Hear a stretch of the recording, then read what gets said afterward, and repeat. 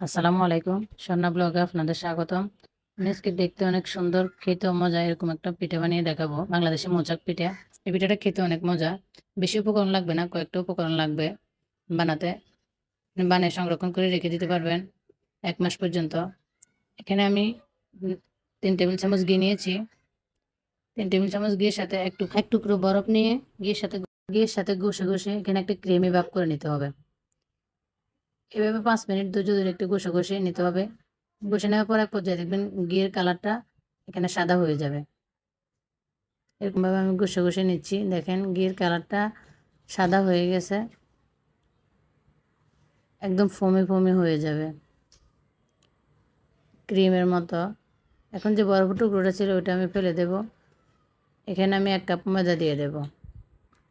এখানে ১ কাপ ময়দা দিয়ে ময়দার সাথে ঘিটা ভালো করে মিক্স করে নিতে হবে। এটা ভালো করে মিক্স করে নিতে হবে। মেখে এবার ভালোভাবে মেখে নিতে হবে। এখন ১ চামচ কর্নফ্লাওয়ার দিয়ে দিচ্ছি। কর্নফ্লাওয়ার দিলে এটা বেশি ক্রিস্পি হবে। অনেকদিন সংরক্ষণ করেও রাখা যাবে। না চাইলে নাও দিতে পারেন। কর্নফ্লাওয়ারটা না দিলেও কোনো সমস্যা নাই। এখানে আমি ১ কাপ মিডিয়াম ঠান্ডা পানি দিয়ে দিয়েছি। দিয়ে এভাবে হাতেও ইচ্ছা করলে মেখে নিতে পারেন। সহজ করার জন্য আমি এখানে এটা ব্লেন্ডারের জগে নিয়েছি। ব্লেন্ডারের জগে নিয়ে একটু ব্লেন্ড করে নিলে এটা একদম মিহি হয়ে যাবে। হাতে করতে অনেকক্ষণ সময় লাগবে। এজন্য আমি ব্লেন্ডারে করে নিয়েছি। দেখেন হয়ে গেছে। এখন যে বাটিটাতে রেখেছিলাম ওই বাটিতে নিয়ে নেব। ব্লেন্ডারটা ধুয়ে আমি আরও পানি মিক্স করে নেব। এই ব্যাটারটা কিন্তু পাতলা হবে। এখন এটা আধা ঘন্টার জন্য ফ্রিজে রেখে দিয়েছি। রেখে এদিকে আমি শিরাটা করে নেব। এখানে আমি হাফ কাপ চিনি দিয়ে দিচ্ছি। এই চিনিটা আপনার আখের চিনি, এটা লালচে হবে। চিনিটা ভালোভাবে জাল করে নিয়ে একটু আঠালো করে নিতে হবে।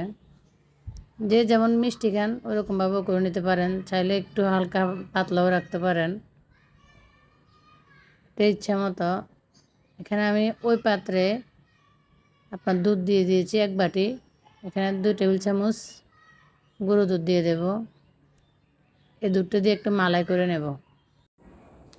দুধটা ভালোভাবে নাড়াচাড়া করে নেব। নাড়াচাড়া করে নিতে হবে, নয়তো সর বেশি দলা পেকে যাবে। ভালো করে নাড়াচাড়া করে এখানে আমি একটা মালাই তৈরি করে নেব।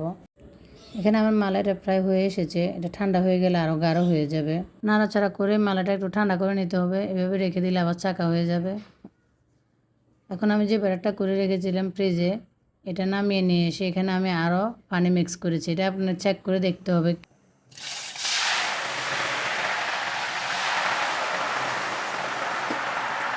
কীরকম পাতলা হয়েছে। এটা পাতলা না হলে কিন্তু পিঠাটা হবে না।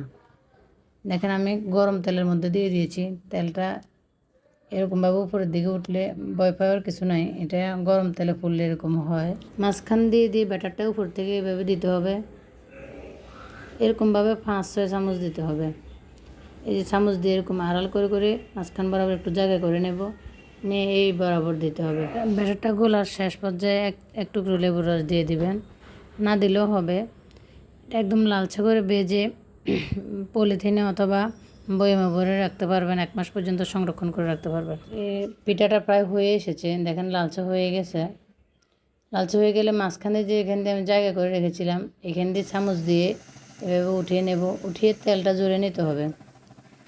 আমি এরকমভাবে সবগুলো পিঠা বানিয়ে নেব। দেখেন আমি আরও একটা পিঠা বানিয়ে নিয়েছি। আচ্ছা করে নিলে পিঠাগুলো উঠানোর সময় আর ভাঙবে না। দেখেন আমার এই পিঠাটা একটু হালকা কম লালচে হয়েছে, উঠানোর সময় ভেঙে গেছে। আমার সবগুলো পিঠা হয়ে গেছে।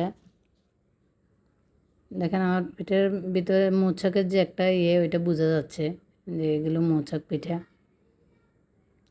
এখন আমি এখানে যে শিরাটা করে রেখেছিলাম, শিরা, মালাই, কিছু বাদাম নিয়েছি। যার যার পছন্দ মতো ডেকোরেশন করে নিতে পারবেন। উপরে দিয়ে বাদাম দিয়ে দিতে পারবেন।